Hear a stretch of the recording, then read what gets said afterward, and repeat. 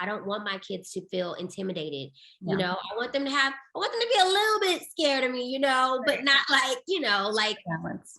more like a respect thing.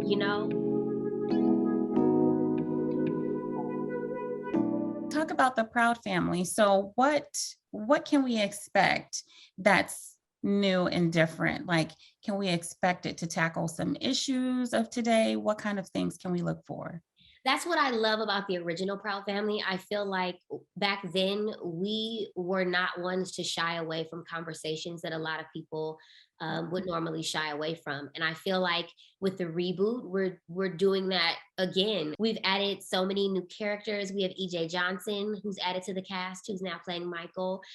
We have Kiki Palmer, who's coming in as Maya, who is playing like our social activist. Like she's like fight the power. You know what I'm saying? Right. She's protesting and making things happen, and we have so many new characters, and I love it because I'm one of those people. I believe in representation. I believe that so many people connected to the Proud family back in the day because they never really saw an animated Black family, and it was something that they could relate to. And nowadays there's more people who need to be represented on camera and in animation, and when that happens, I feel like it helps people feel seen. Once you see somebody on the TV or, on music or anywhere that looks like you or talks like you or acts like you or going through some of the same situations you're going through, it kind of helps you feel not alone. Makes you feel like, someone else is out there like me. And no matter what I'm going through, I can get through it because I'm not alone. Let's talk a little bit about parenting.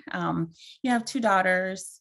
And I'm curious, this is something that I ask a lot of folks that I talk to. Did you go into parenting with a certain set of expectations of what it would look like?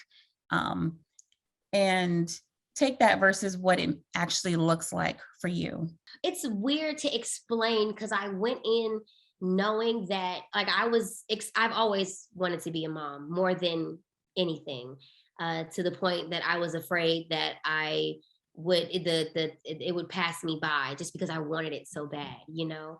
So I went into it very exciting, and I believe when each of them came, it was just a very frightening time for me because I realized that I was the one making, well, me and their father, we were the ones making decisions for this little bitty human, and it could affect their entire life. Yeah. So I kind of, at the beginning, like the early stages of when they were tiny, I had a lot of anxiety, just because I wanted to make the right decisions. I wanted to be perfect for them. And I think as they grew older, realizing that there's no such thing as being able to be perfect for them, being perfect for anything, and just know to go with the flow. And you got this, Kyla. Like you make whatever happen. And these human beings, no matter what, they are the most important thing to you. So just Yeah. take a deep breath and take it one day at a time. What kind of things do you hope to pass down to your daughters?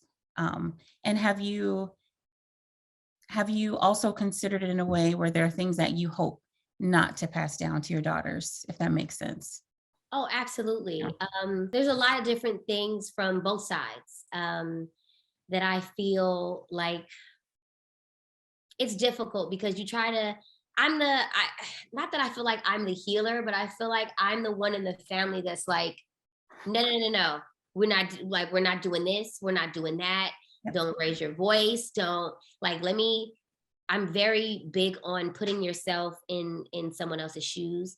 So even though I sit back and I know and recognize certain things that I do not want to pass down to my kids and do not want them to continue to pass down to theirs, it's like I said it recently where it was like growing up in a country that didn't love you, that energy that you received during all of the hard times that you've experienced, our great grandparents, our great grandparents, and even our grandparents, and some people still their parents who don't recognize that they're passing down things that are from trauma. Um, it's like I can't put myself in their shoes and understand what it was that they went through and what they had to experience. There's so many things that happened back then that it's a lot of pressure and a lot put on someone's shoulders.